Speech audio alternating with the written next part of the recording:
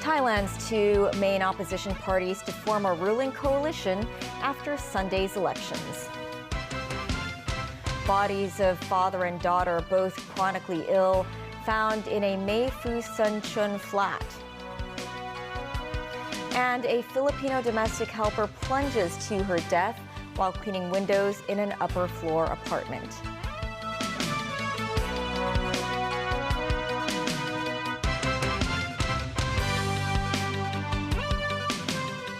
Hello and welcome to TVB News.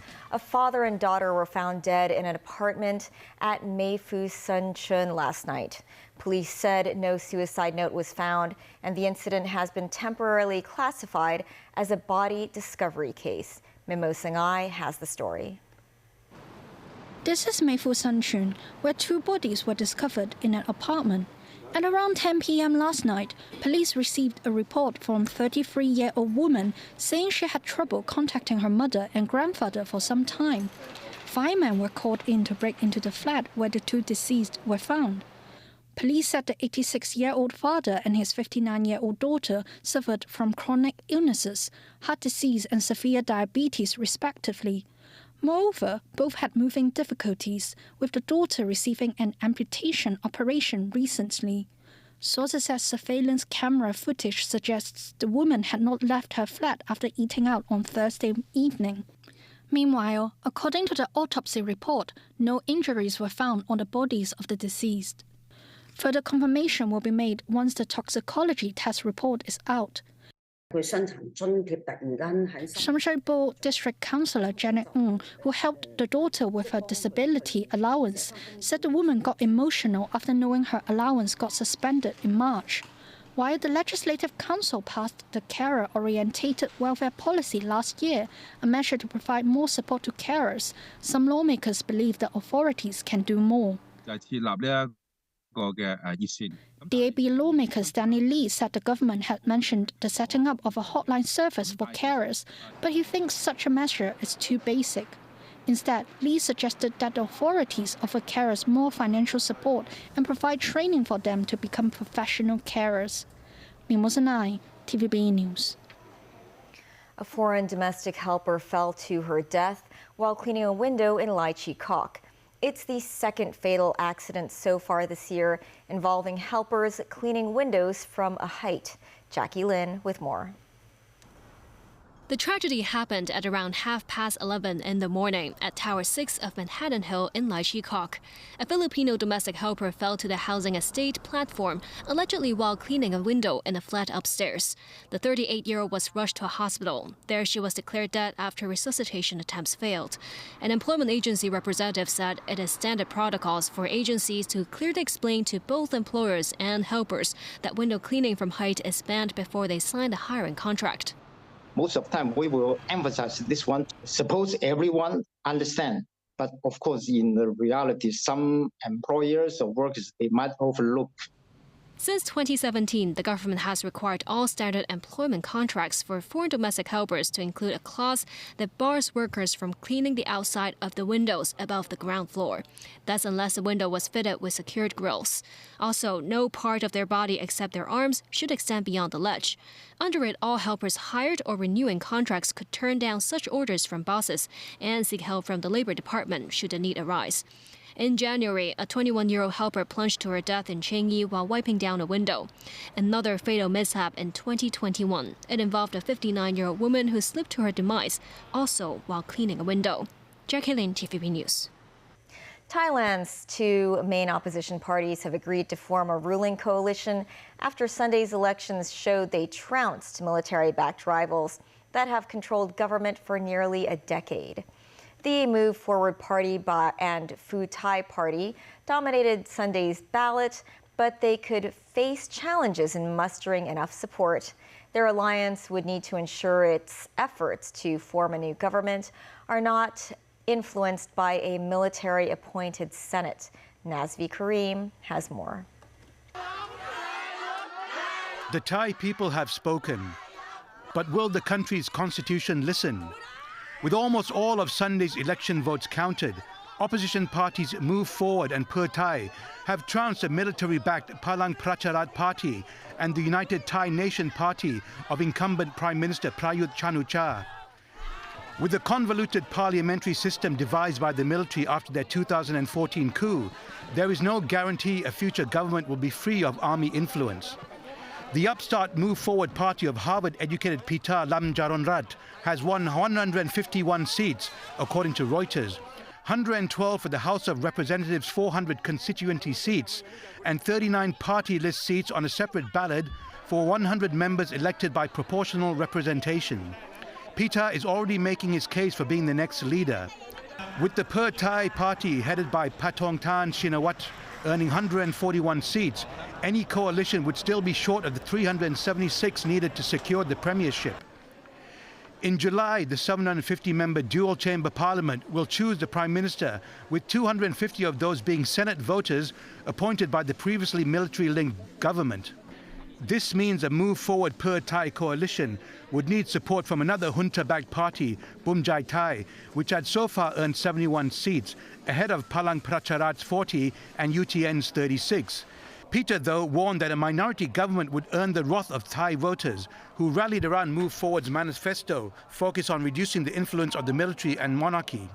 I'm not worried, but I'm not careless. But with the consensus that came out of the election, it will be quite a hefty price to pay for someone who is thinking of abolishing the election results or forming a minority government. Is probably far-fetched from now.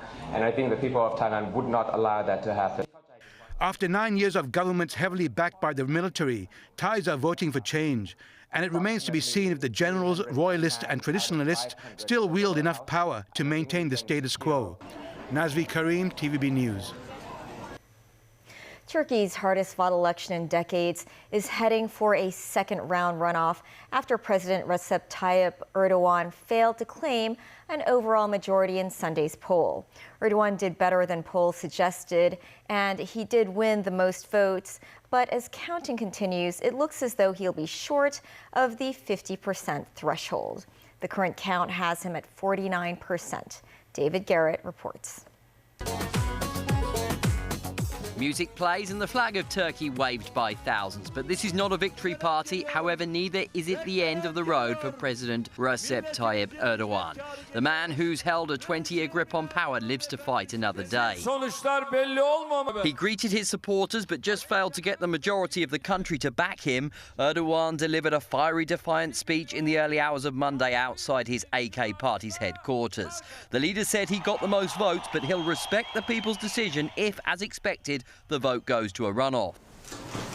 And the counting continues. Electoral officials and volunteers know the importance of their work. The margins are small, but the stakes are big. The Turkish lira dipped to a 2-month low amid political uncertainty.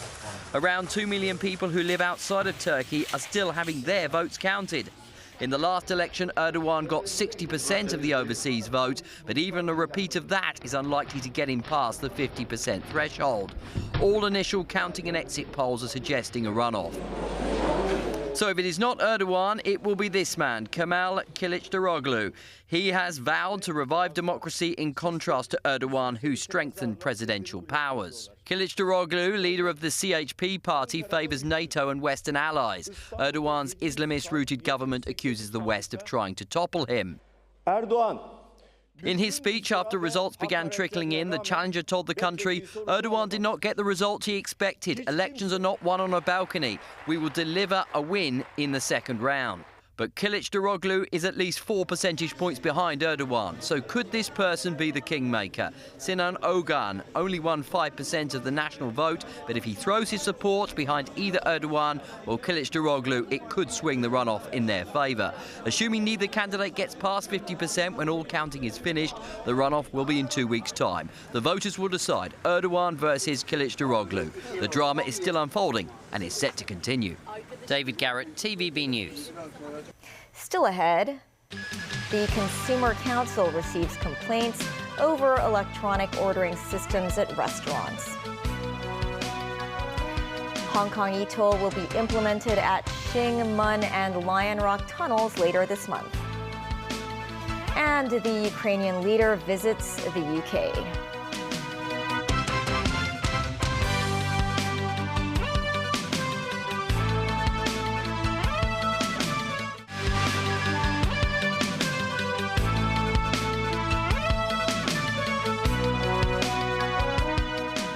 Welcome back.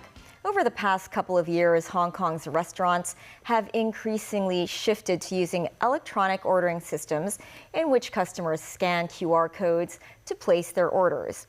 This as the Consumer Council received several complaints of discrepancies between prices indicated on the electronic systems and the actual charges. Timothy Lee tells us more. Since the city returned to normalcy, dining out has become part and parcel of daily life for many Hong Kongers, with one noticeable change in recent years being the increased use of electronic ordering systems in restaurants. Yet complaints of restaurant electronic transactions are widespread.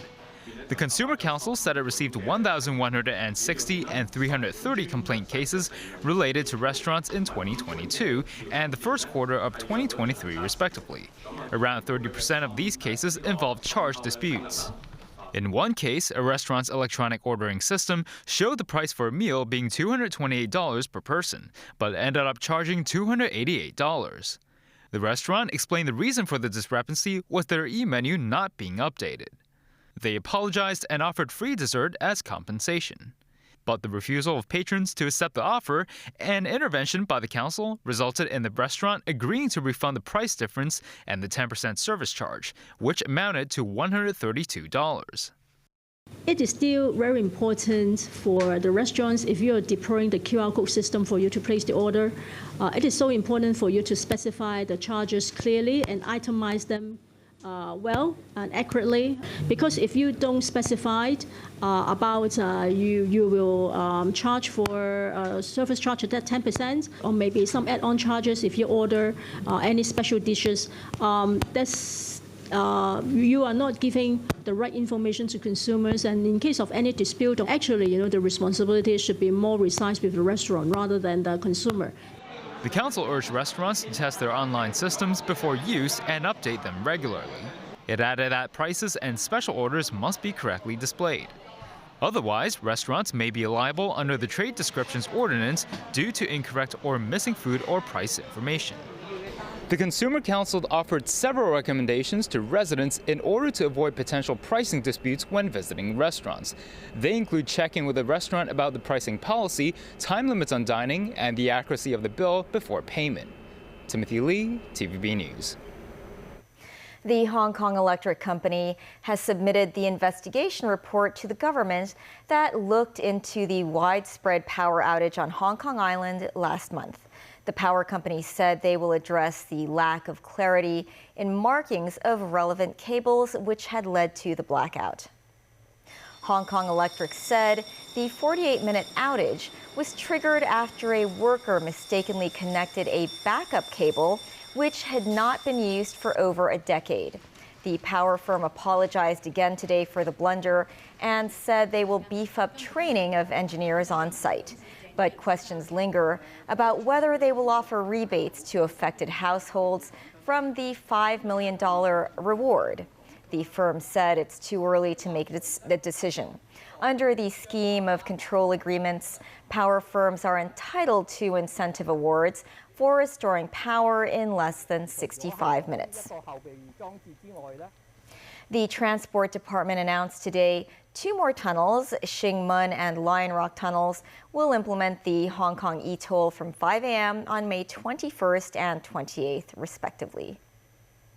Motorists will be able to drive through the toll plazas and pay via the Hong Kong e-toll without having to stop at the booths for payment. Earlier this month, the free-flow tolling service was implemented at the Tsing Sha control area. The Hong Kong e-toll system will gradually be extended to all government-tolled tunnels before the end of this year. A top Chinese envoy will begin a tour of Ukraine, Russia, and other European cities today in a trip Beijing says is aimed at discussing a political settlement to the Ukraine conflict. Meanwhile, Ukrainian President Volodymyr Zelensky visited Germany and France on Sunday for diplomatic talks. This as Kyiv bids to bolster military support ahead of its long-anticipated counteroffensive against Russian forces. Zelensky is also meeting British Prime Minister Rishi Sunak today. Daniel Rao tells us more. Li Hui, China's special representative for Eurasian affairs and former ambassador to Russia, will visit Ukraine, Poland, France and Germany on the multi-day diplomatic trip to Europe. Foreign Ministry spokesman Wang Wenbin said the visit is a testament to China's efforts towards promoting peace talks and fully demonstrates China's firm commitment to peace. Li is the most senior Chinese official to visit Ukraine since Russia invaded in February 2022. On Sunday, Ukrainian President Volodymyr Zelensky made his first visit to Berlin since the conflict began. During a joint news conference with German Chancellor Olaf Scholz, Zelensky said Kyiv and its allies could make a Russian defeat irreversible as early as this year. He said Ukraine is preparing a counteroffensive designed to liberate areas occupied by Russia, not to attack Russian territory. Zelensky said Kyiv was prepared to discuss external peace initiatives, but stated those proposals should be based on Ukraine's position and its peace plan. Ukraine has ruled out the idea of any territorial concessions to Russia. Scholz underscored Germany's pledge to continue to support Ukraine for as long as necessary. The German government announced a €2.7 billion package of military aid to Ukraine on Saturday, its largest since Russia's invasion. Zelensky later traveled to Paris, where he met with French President Emmanuel Macron at the Élysée Palace. Macron's office said France will supply dozens of light tanks and armoured vehicles in the weeks ahead, as well as more air defence systems. Zelensky is continuing his whirlwind European tour in the UK today, landing at Chequers, the British leader's official country retreat, and being greeted by Prime Minister Rishi Sunak. The Ukraine leader thanked the UK for its support, adding they would be discussing urgent support for Ukraine and other European security matters.